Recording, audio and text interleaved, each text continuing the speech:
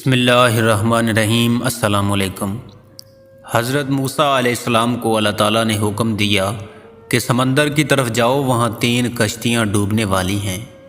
حضرت موسیٰ علیہ السلام فوری حکم الہی کی تعمیل کرتے ہوئے سمندر کی جانب چل دیے۔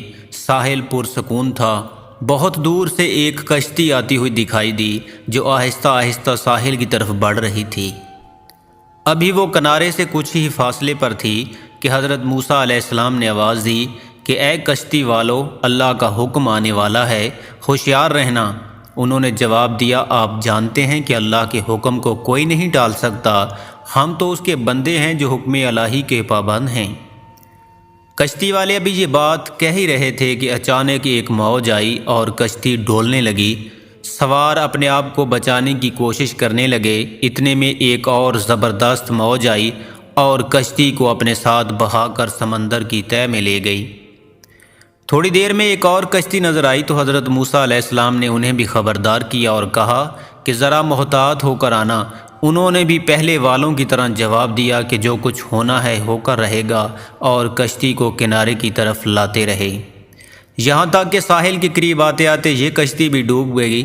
حضرت موسیٰ علیہ السلام اللہ کی حکمت کے بارے میں سوچوں میں محو تھے کہ انہیں ایک تیسری کشتی آتی ہوئی دکھائی دی۔ آپ نے حسب سابق اس کشتی والوں کو بھی نصیحت کی کہ دیکھو، اللہ کا حکم آنے والا ہے، اپنے گناہوں کی معافی مانگتے رہو، ذرا محتاط ہو کر آؤ۔ انہوں نے جواب دیا کہ اے اللہ کے نبی، جس طرح آپ سچے ہیں اسی طرح اللہ کا حکم بھی اٹل ہے، اسے کوئی نہیں بدل سکتا، لیکن اللہ کی رحمت بھی تو ہے، ہم اس کی رحمت سے کبھی مایوس نہیں ہوں گے۔ لہٰذا ہم اللہ کی رحمت پر بھروسہ کر کے آ رہے ہیں، اور وہ اپنی رحمت کے صدقے ہمیں ضرور امن و سلامتی کے ساتھ کنارے پر پہنچا دے گا۔ کشتی والوں کا یہ جواب سن کر حضرت موسیٰ علیہ السلام خاموش ہو گئے۔